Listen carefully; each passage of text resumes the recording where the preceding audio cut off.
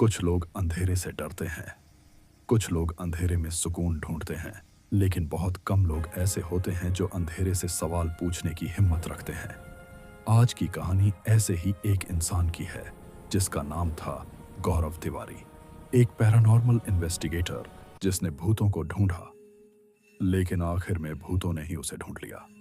गौरव तिवारी कोई डर फैलाने वाला इंसान नहीं थे, वो डर को समझना चाहते थे। उन्होंने इंडियन पैरानॉर्मल सोसाइटी बनाई, जहां उनका मकसद था लोगों को डराना नहीं, बल्कि डर के पीछे की सच्चाई बताना।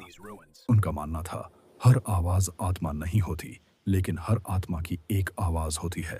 गौरव ने भारत की सबसे डरावनी जगहों में कदम रखा, ऐसी जगहें जहां कैमरे अपने आप बंद हो जाते थे, जहां तापमान अचानक गिर जाता था और जहां लोग बिना वजह रोने लगते थे। लेकिन गौरव हमेशा शांत रहते। वो कहते थे, डर आत्माओं को ताकत देता है। 2016 की शुरुआत में गौरव को एक केस मिला। उस केस की जानकारी कभी पूरी तरह बाहर नहीं आई। कहा जाता है वो जगह पहले एक साधारण घर थी, लेकिन वहां रहने वाले लोग एक एक करके पागल हो गए। रात को किसी के चलने की आवाज, बच्चों के रोने की आवाज और दीवारों पर खून जैसे निशान। गौरव ने केस फाइल बंद की और बस इतना कहा, यह केस अलग है। उस रात गौरव अकेले गए, रिकॉर्डर चालू किया, EMF मीटर ऑन किया और कमरे में बैठे। अचानक रिकॉर्डर में आवाज आई, तुम फिर आ गए। गौरव चौंके।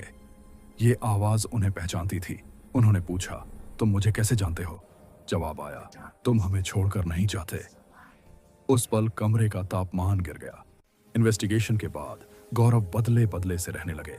रात में अचानक उठ जाना, किसी से बात किए बिना मुस्कुराना और बार बार कहना, ये अभी गया नहीं है। उनकी पत्नी ने पूछा, कौन? गौरव ने जवाब नहीं दिया। गौरव की डायरी में अजीब बातें लिखी थीं। ये आवाजें अब सिर्फ मशीन में नहीं हैं। कुछ आत्माएं इन्वेस्टिगेशन खत्म होने पर छोड़ती नहीं हैं। आखिरी पेज पर लिखा था, अगर मैं बदल जाऊं तो समझ लेना वो आ चुका है। 7 जुलाई 2016। गौरव घर में अकेले थे।